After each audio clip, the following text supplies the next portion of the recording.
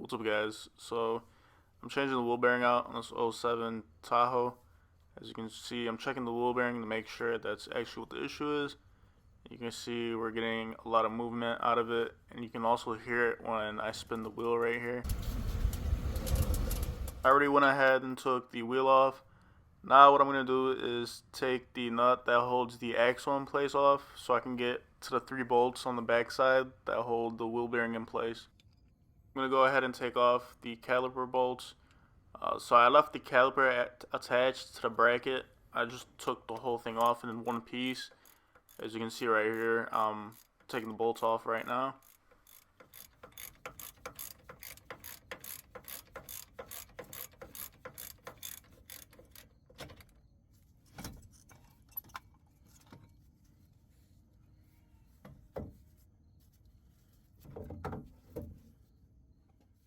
So I'm going to go ahead and spray the bolts down and the actual wheel bearing, hoping that it helps me out and comes out easy. But as you can see towards the end of the video, the wheel bearing wasn't that easy getting it off, and I actually had to use the air hammer. The next part of this, I just sped it up because of how long it took me to get the bolt out. So the wheel bearing that I got actually came with a new ABS sensor. So right here, I'm just disconnecting it and taking it out so that way it doesn't get caught up on anything when I actually get the wheel bearing out. So sometimes when I change these wheel bearings out, I can get lucky and just hammer it off, and normally it comes off.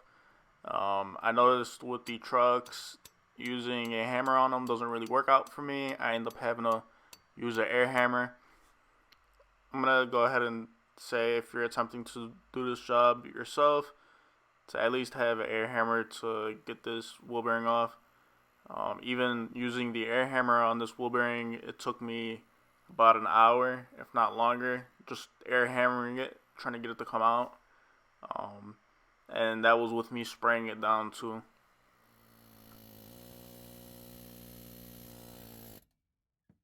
So I finally got the wheel bearing out, as you can see in this clip, and what I'm going to go ahead and do,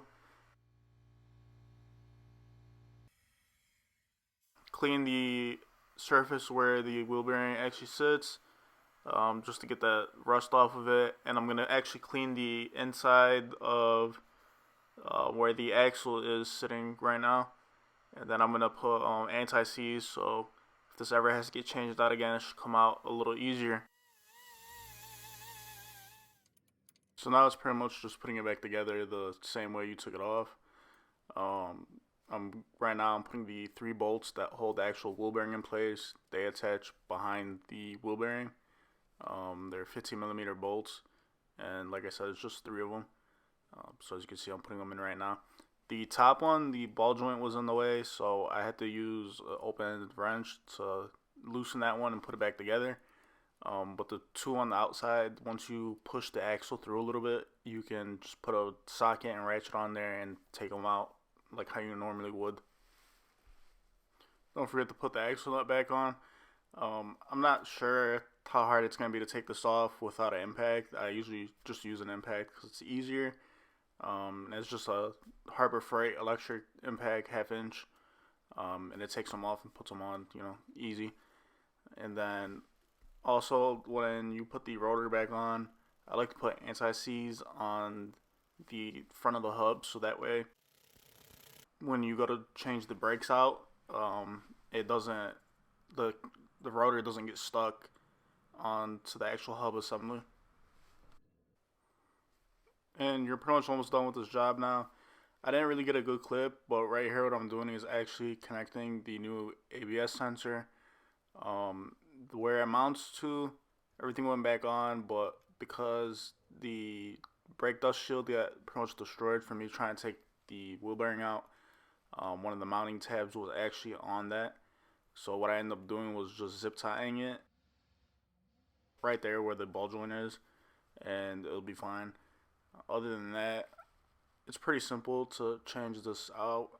But like I said, I do recommend the air hammer at least. I don't know if you guys are going to be able to get it out with just a hammer. Hopefully this video helped you guys out with changing the wheel bearing. What I'm going to do is in the description, I'm going to type out the tools that I use to change this. So that way if you go to do it yourself, you can just look at the description real quick and figure out what tools you're going to need. Other than that, if you guys have any questions, leave it in the comments and I'll try to get back to it as soon as I can.